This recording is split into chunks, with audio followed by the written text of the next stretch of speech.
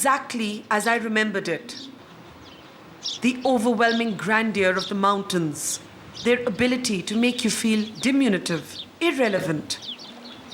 The unfriendly barrenness that can claw at your sense of well-being. And yet, the majestic beauty of it all. This could be the summer of 1999 all over again, except it's 10 years on and Kargil is no longer a battlefield. Driving down the twisty, narrow highway along which the war had erupted, ironically, it's peace that feels like a stranger, or maybe a new friend. It's the sound of the silence that at first seems surreal to those of us whose memories are seared by other sounds.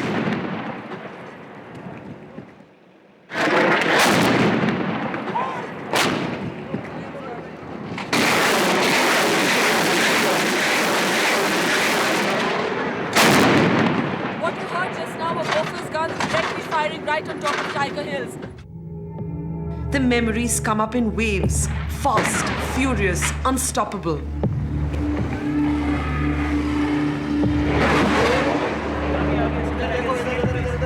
In some ways, this is a journey I've been scared of taking all these years.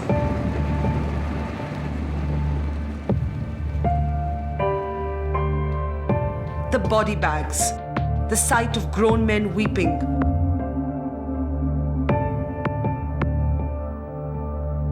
The friends I made and lost. The pounding of artillery shells. The racing of the heart. And the intensity of running for life and escaping from death. The memories all seemed too daunting to face.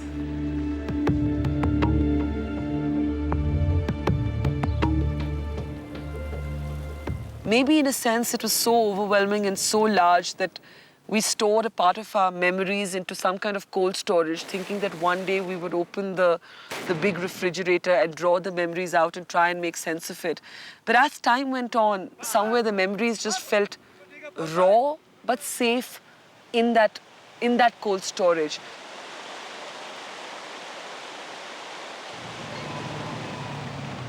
But today, I can see them so vividly. The soldiers I met a decade ago. The soldiers who changed forever how India looks at its army. My company's success was Yeh Dil Maange More. Vikram Batra, the 24-year-old whose daredevilry defined his death. If we don't perform now, function now, then our whole existence cannot be justified. Vishal Batra, quietly philosophical and calm as guns boomed and shells fell. So that was a big challenge for us, but we had to do it and we did it. And YK Joshi, whose leadership caught the imagination of a nation and inspired a spate of Hindi films. Three among the many brave hearts who are going to be part of our journey of remembrance, fellow travelers on a pilgrimage of sorts. But first, it's going to be several hours on the road, on the highway we used to call the highway of death. Today, cars and trucks literally sail along the vast stretches of openness that connect Leh to Srinagar.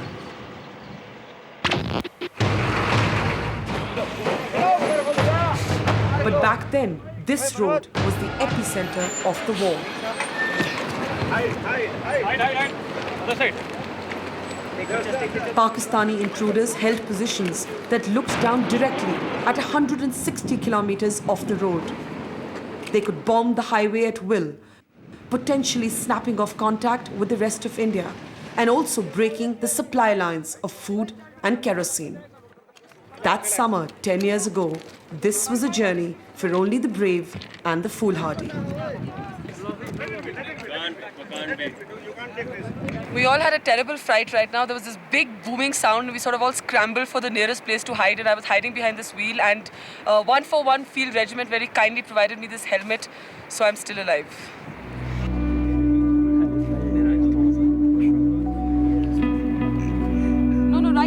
I may not get the call again. Just tell them to record it right now. That satellite phone. It was our most precious possession. What would we have done without it? The irony of what came to be called India's first television war is that it unfolded at a time when there were no mobile phones and no satellite uplinks to beam pictures back to Delhi. I remember how desperate we were to ferry information and tapes back to headquarters. It was almost a battle in itself. Hello? Hello? Hello, listen, Shivnath, I'm calling from a bunker. I can't speak. Quickly take down the details.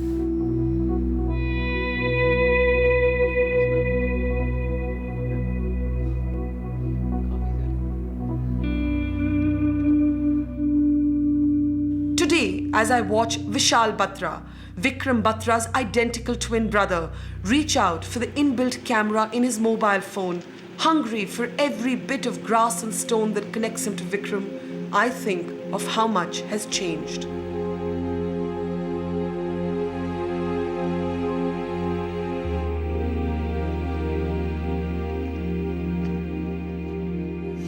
हाँ बिल्कुल ठीक है हाँ हाँ सब ठीक है बिल्कुल सब कुछ घबराने की कोई गल नहीं सब ठीक है Those days, a phone call back home was a luxury.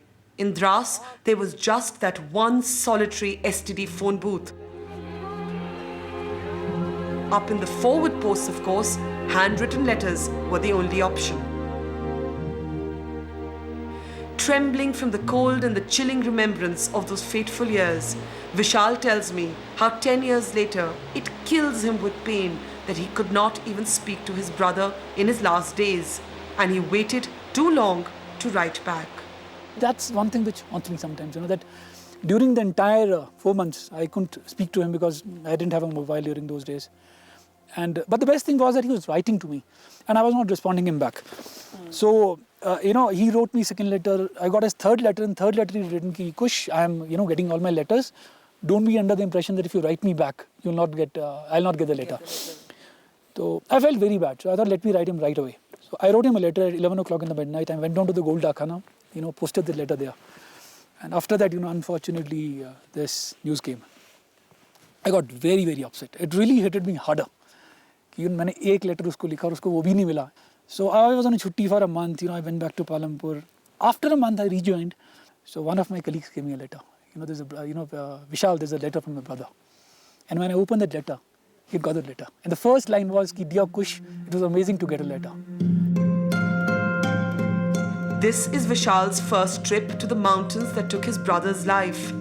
A private banker who once dreamt of being in the forge, he lived the soldier's life vicariously instead through his brother Vikram, or Love and Kush as their parents called them. Today with us, he's ravenous for details, smiling, excited, proud, and in quiet, withheld pain.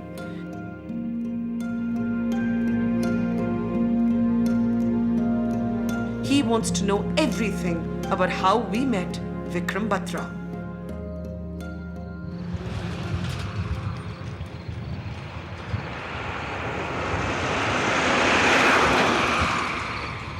It was a quiet moonlit night in Mushko Valley. There had just been a significant breakthrough in the war. A major peak, .5140, had just been victoriously reclaimed.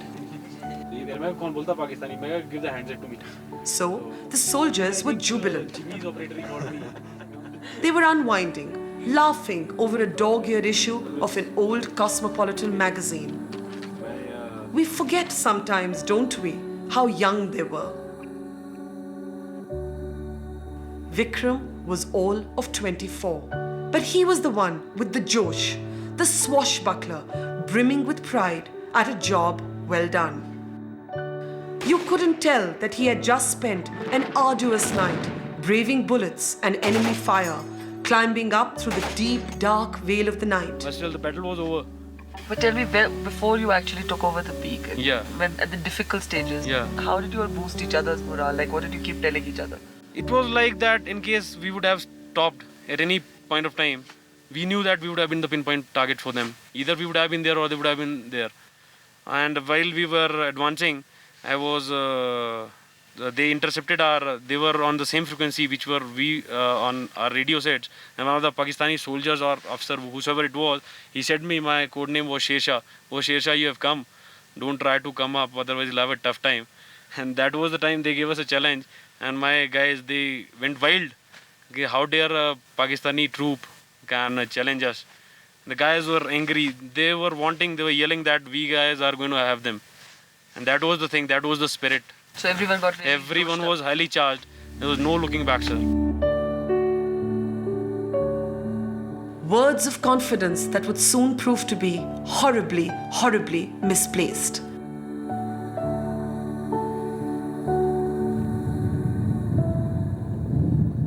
Sitting on Sando Top, a base camp from where countless assaults had been launched, it's difficult to look at Vishal without feeling a little shiver down my spine. He's the spitting image of his brother, and suddenly, 10 years ago, feels like yesterday.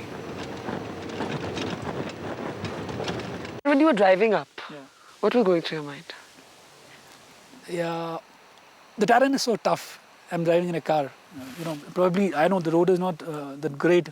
And, I was actually figuring out that when the war was actually happening, I was thinking that how these people would have managed to go such a steep on the foot. And that too with the risk of, the enemy shelling coming right from the top. And you never know when a, bullet or a splinter hits you and no more there. But how are you able to deal with it in so calm a way? Because he was your twin brother. If to lose a brother, of course, is a tragedy. To lose a twin is like losing a part of yourself. You were telling me earlier that you still have his photograph. See, I tell you, physically I don't have him, yes. The presence haunts. I cry sometimes, that, had it been that he would have been alive, I'm sure that he would have been a major by now, where, could be that he would be on the cards for his staff college. The life would have been different. The life is different now also because I don't have him physical with me, and there are a lot of things which generally I'm not able to share with somebody else, which I could have shared with him. But, when I look at him, that at such a young age of 24, he could do such great things. Looking at his photographs keeps my motivation up. I have his photograph in my house. Anyhow, my house is full of his photographs, in fact. And there's not even a single day when I don't salute him. Not even a single day in my life. Every day? Every day.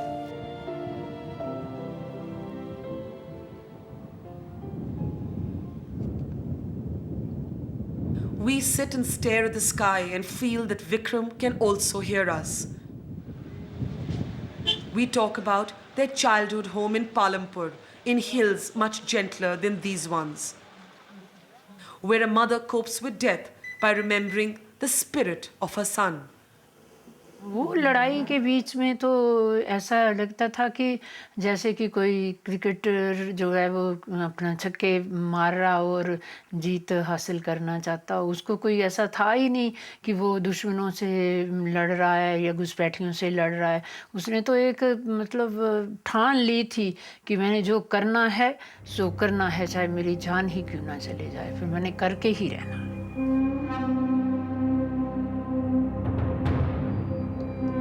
Where a father hides his grief behind the enormous cloak of pride. एक बार वो एक restaurant में अपने दोस्त के साथ बैठ के कॉफ़ी पी रहे थे, वो लोकल ही है उनका दोस्त, तो उससे बातचीत चल रही थी। कारगिल वार तकरीबन स्टार्ट होने जा रही थी, उस वक्त कॉन्फ्लिक्ट चल रहे थे, तो उनके दोस्त ने कहा कि विक्की अब वार लगने वाली है, आप थोड़े सतर्क रहना। He did said it in just commenting way कि, तो इनका जवाब था कि आप चिंता मत करो, मैं या तो दुश्मन की पोस्ट पर झंडा लहरा करके आऊँगा और या फिर मैं झंडे में लिपट करके वापस आऊँगा। लेकिन आज याद आता है कि उन्होंने अपनी दोनों ही बातें फुलफिल कर दी।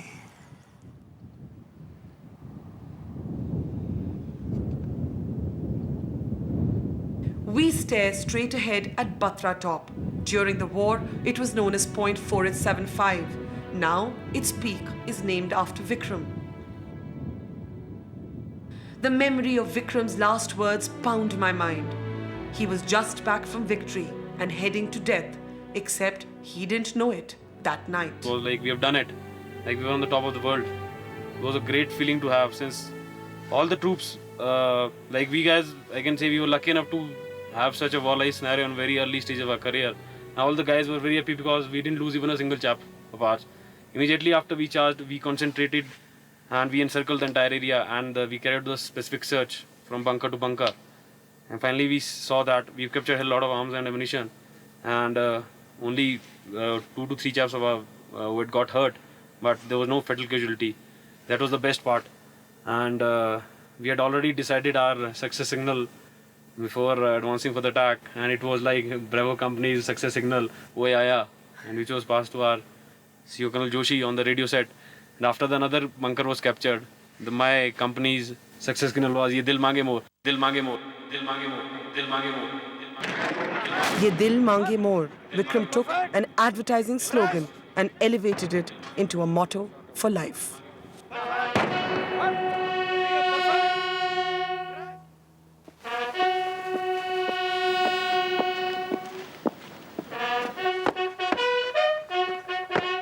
There's one man who knows Vikram was at least part of the reason that the bugles were able to sound the victory call. The man who was his commanding officer during the war, Colonel Joshi.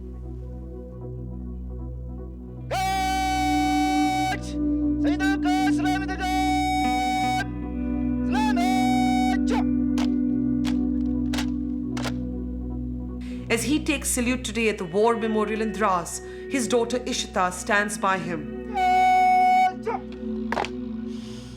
She was just 7 when the war unfolded on the television screen at home. Today at 17, she's here to understand better the brush with death her father faced.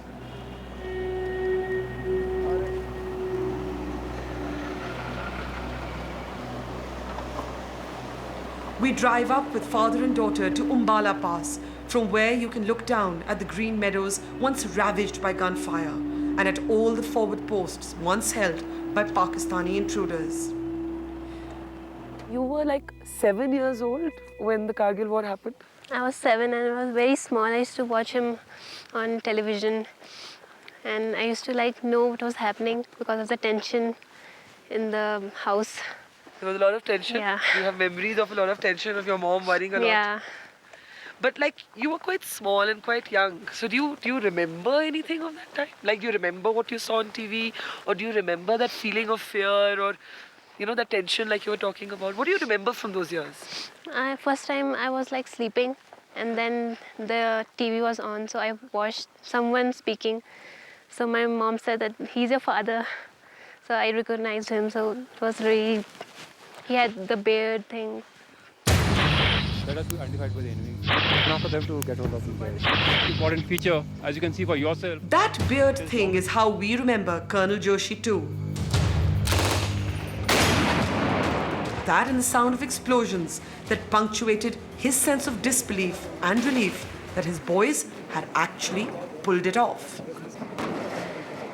As you can see for yourself, the features are formidable that one can never imagine. Even when I look myself now towards it, I feel, how difficult the task would have been. Have I really done it? So difficult. A decade later, Colonel Joshi must explain the brutality of war and the valor of soldiers to his teenage daughter.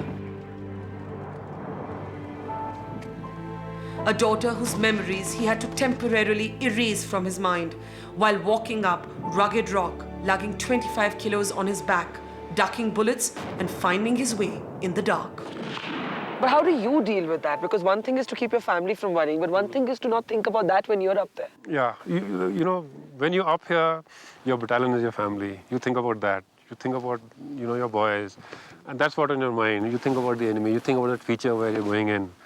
That's what on your mind. You just don't think about the family. It can't come in between, there's a clash. If I think about that, then I can't do this.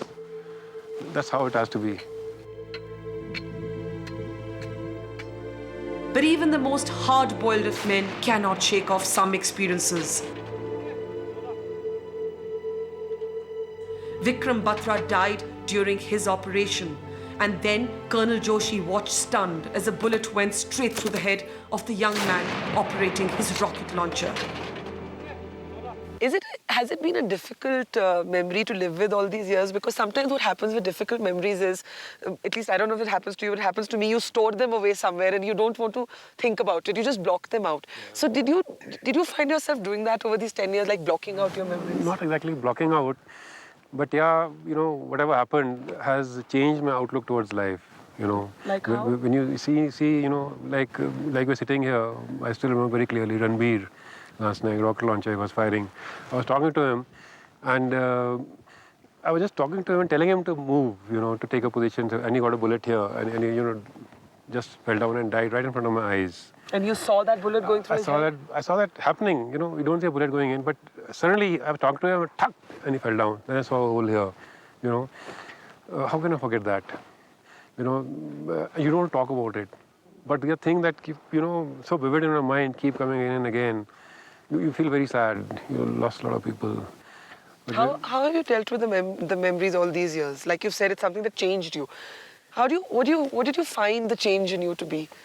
When you say change your outlook towards life? Yeah, more mature. You don't get, you don't flap about small things. What do you call, materialistic things and other issues which give you small things, give you happiness. You tend to leave them aside. So it teaches you what really matters in life. Yeah, exactly. Life is short. You never know what may happen next moment. That is what we saw happening here. They say actually only a soldier can understand what a war is really about. Yeah. And that's why they say that soldiers, although like you have that sense of victory and being victorious in these treacherous mountains, only a soldier has that sense of why peace is so important. Yeah. So did you find yourself thinking about things like that a lot in the last year? Yeah, peace of course is very important, but the irony is that to have peace, you need to prepare for war. Yeah. That's the bottom line. You have to be strong militarily.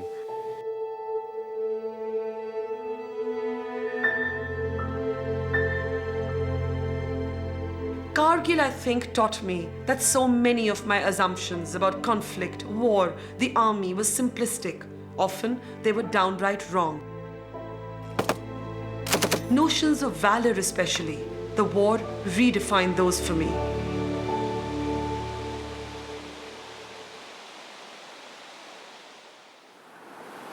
One of the most important things that the Kargil conflict taught me is that valor does not mean the absence of vulnerability.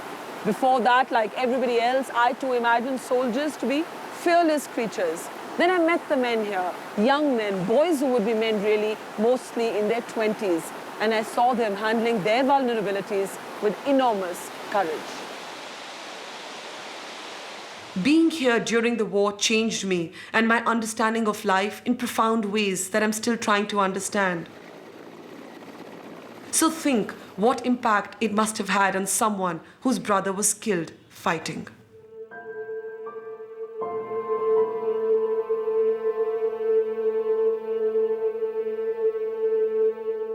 I'll share a very personal incident. When I was young, when I was a school-going kid, I really used to get scared looking at a dead body, right?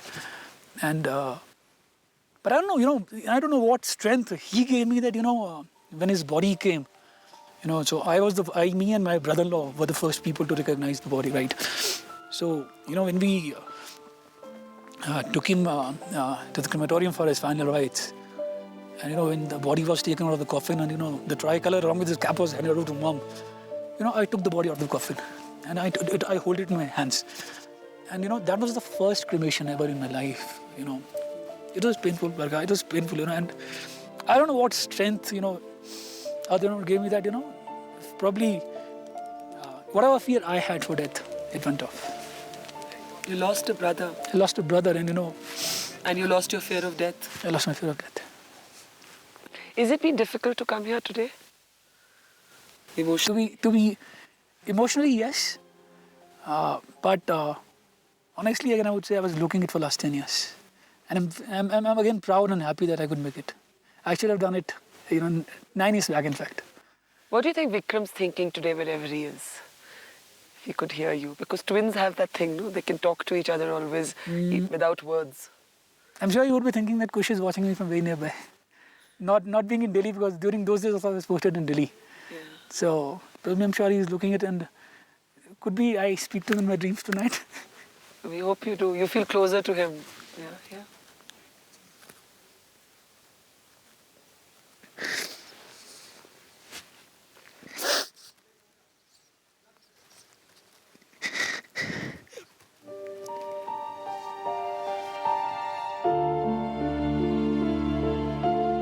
Some moments are simply wordless. We quietly hit the road again.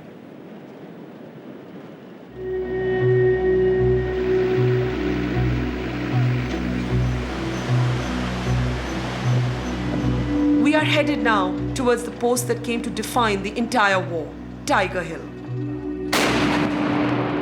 Who was that general who joked? Would it still have caught public imagination in the same way had it been called, say, Rabbit Hill? I remember that night when we stumbled upon the fact that the Indian Army's assault on Tiger Hill was imminent. We'd formed a gang of 4, Jami behind the camera and Gaurav and Shashi, 4 reckless journalists who would stalk the highway every night. Our car would crawl through the darkness, the headlights switched off. Any light meant attracting the attention of enemy fire. We would huddle up at the back of the car seat and wait, sleeping very rarely. One such night, the sky suddenly lit up with a burst of orange. Flare guns being used by the intruders to try and spot Indian troops moving up the peak.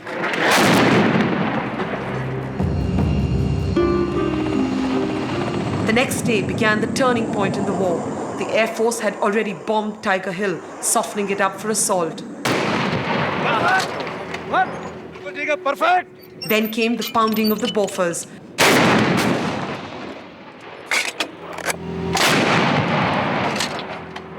And finally, the breathtaking precision of the multi-barrel rocket launcher. What you see behind you are multi-barrel rocket launchers. They're going to target directly on top of Tiger Hills, and the role they play is to saturate the targets on top of Tiger Hills by dumping a very large amount of explosives onto the targets in a very short duration of time.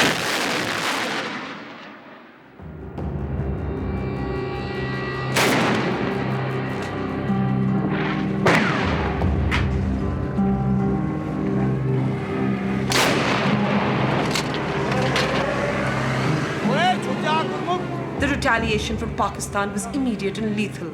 As shells rained down on the highway, smoke clouds filled the air.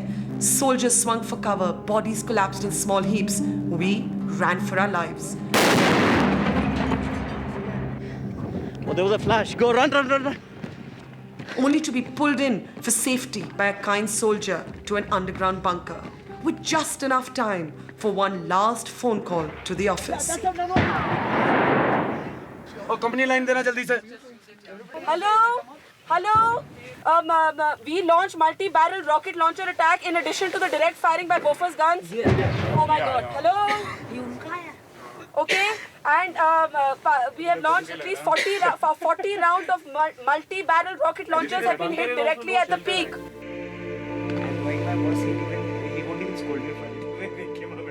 We would spend the next 24 hours huddled up inside with men we'd never met before, but who swiftly felt like our closest friends.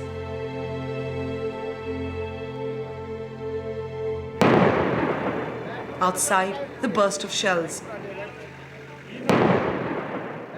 Inside, old Hindi film music on a decrepit tape recorder. Ask a question. We will repeat later. I'm blanked. You just saw this bombardment cloud. We are sitting here in this bunker. How does it feel? Excellent. You're all looking very calm and music playing in the background. Actually, after all this time, it's been almost 1.5 months out here. So basically, we are more used to it by now. And it's been something that's presently on and off every day. So it's something that is not new to us. But there's no element of fear ever, like today when we were standing, it seemed to have, the momentum seemed to have picked up quite a bit, from the counter bombardment from that side. Or is this usual? Is this normal? It's normal, yeah. It's normal for you? Yeah, it's normal. Is there ever, like, what goes through your mind at times like this? Do you think of back home, or, you know, what do you think of? Yeah, actually, it's not a question of only me or him or any one soldier. It's a question of all of us who are deployed all here. Of course, as a human being nature, he has to think about his house. I think you were saying the same thing, and for my house first, isn't it? Absolutely. So I think it gives the answer. As you said about fear, fear is something that is natural because we are all humans. But then after some time when we sit and realize the very basic nature, first reason why we are here is to overcome that. And it's for the, what I say is, it's call of the duty, the time. But, you know, your friends, your colleagues, men on the top. Yeah, actually before, when you go and face them, it's like a kind of short movie, you know, which runs into your mind. And you see your childhood, your adulthood, and you remember your parents, all your loves and your fears. And then for a fraction of a second you say, no, I've got to overcome it. And then that's the thing that pushes you into the... It's like your life passes you by in a flash. Yeah, it's like that.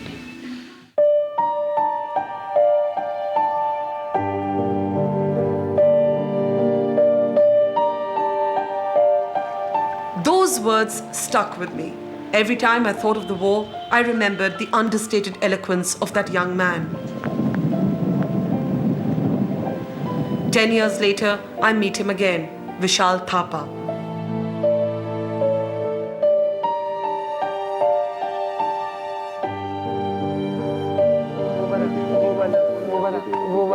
He and I look together for that bunker that marked that memorable night.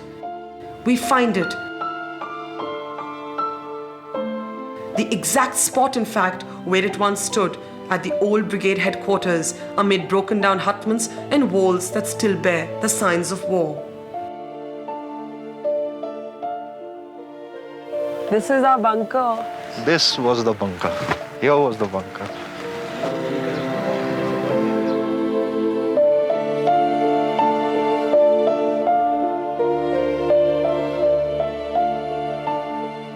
That night in the bunker, Vishal was all of 24. I was 26. We talk about how a decade has changed his understanding of what war really means.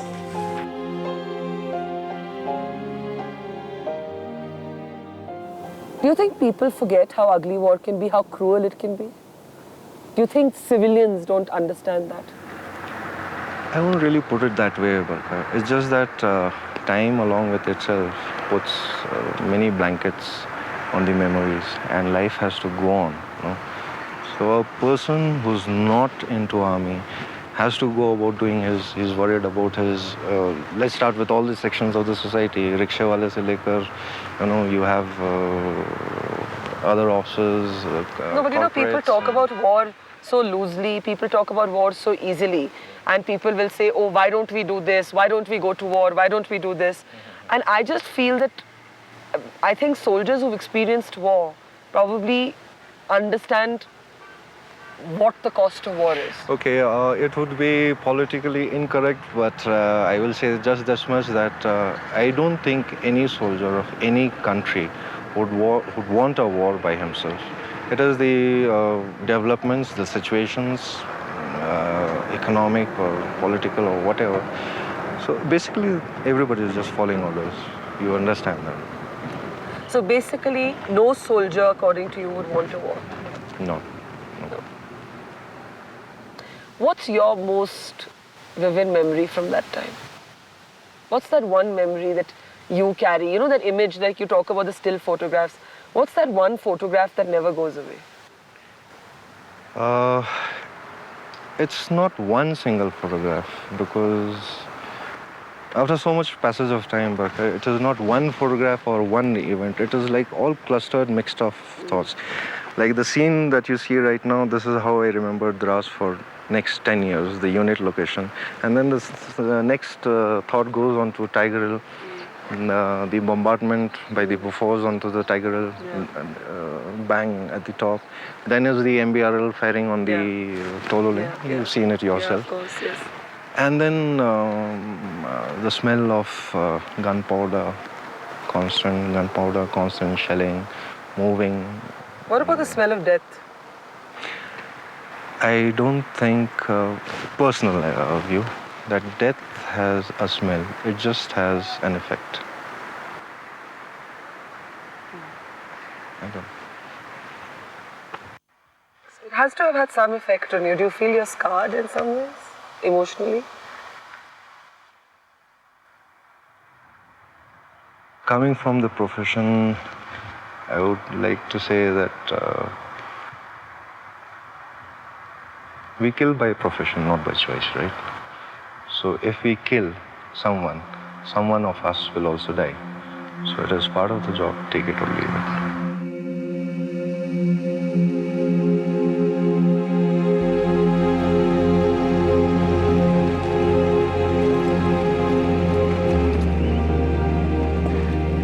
I think back to how we reported the war, whether modern technology would make it all different today.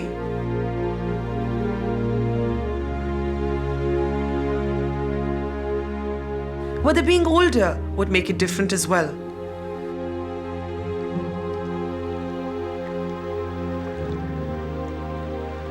Everybody always asks us, weren't you scared?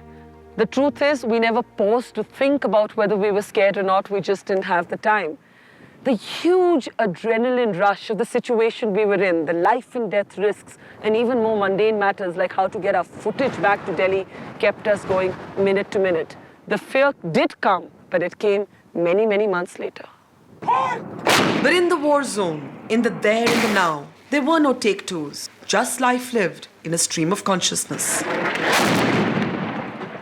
I think I simply didn't stop rolling.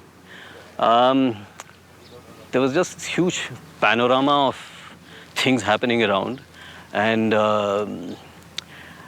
in a sense it was just going with the flow of whatever seemed to be right at that point in time. There was a lot which was happening. There was emotion, there was drama, there was sentiment, there was valor and vulnerability. There were faces, and faces that you remember. You remember the look in eyes of people who were almost on the cusp of life, between life and death, as it were. And there was the possibility of them maybe never coming back when they were marching off. And that is something which affected you powerfully.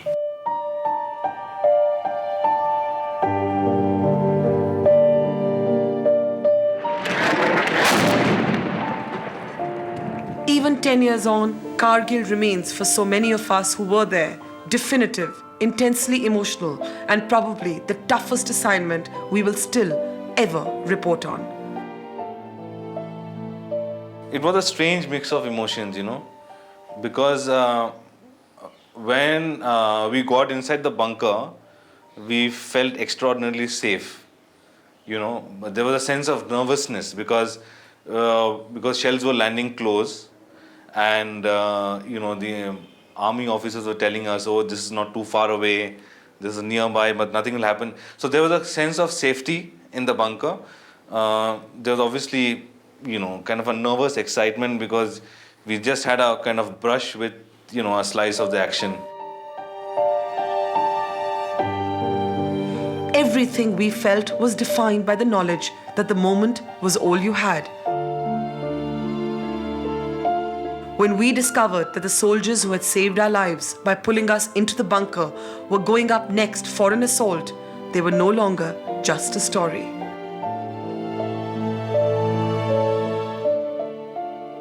It was because that time, I don't think we were thinking of them as soldiers and us as journalists. That time, it was something, that was a moment where none of us knew whether we'd be alive the next morning or we'd be alive.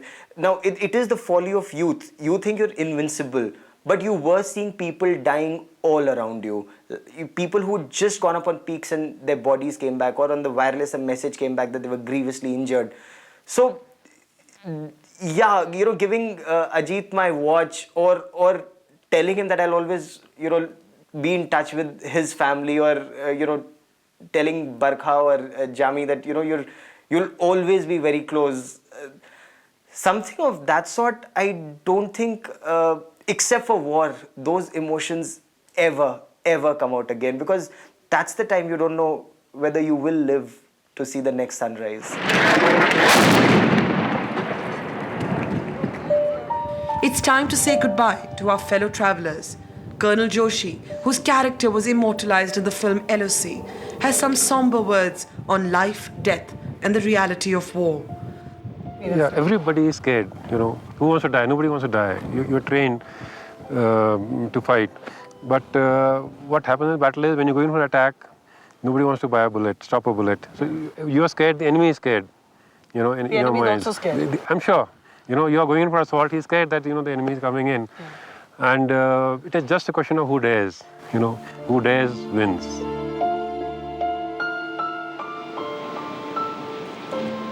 Vishal Batra, whom we leave to share a private moment with his brother Vikram. Vishal says he's going to write his brother one final letter in the shadow of the mountains he died on. I love, I know you're watching me from the Batra top. You've become a legend and time immortal. Only a soldier with a brave heart like yours could climb up these icy peaks. I wish I could be there with you, on the top, but seeing you from here itself is a moment of pride for me, that you are the same blood I have. I know I took 10 long years to reach you here, but there haven't been a day ever in my life when you were not in my thoughts. You're my sole idol, who inspired me to move forward in my life. I still have all our childhood memories live and fresh in my mind, which gives me a reason to live along.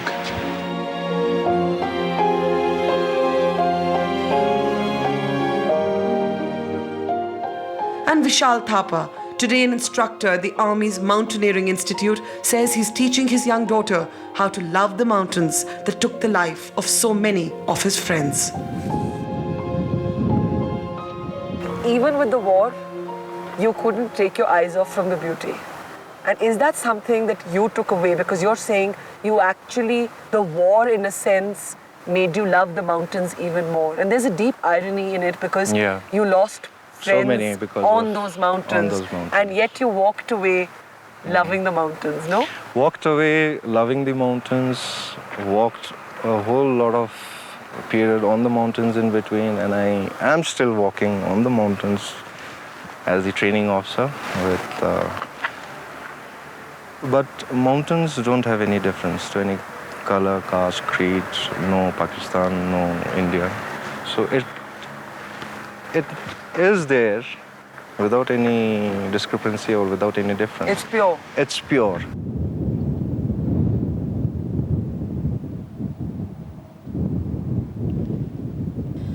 Pure, uncorrupted, treacherous, hostile, and beautiful.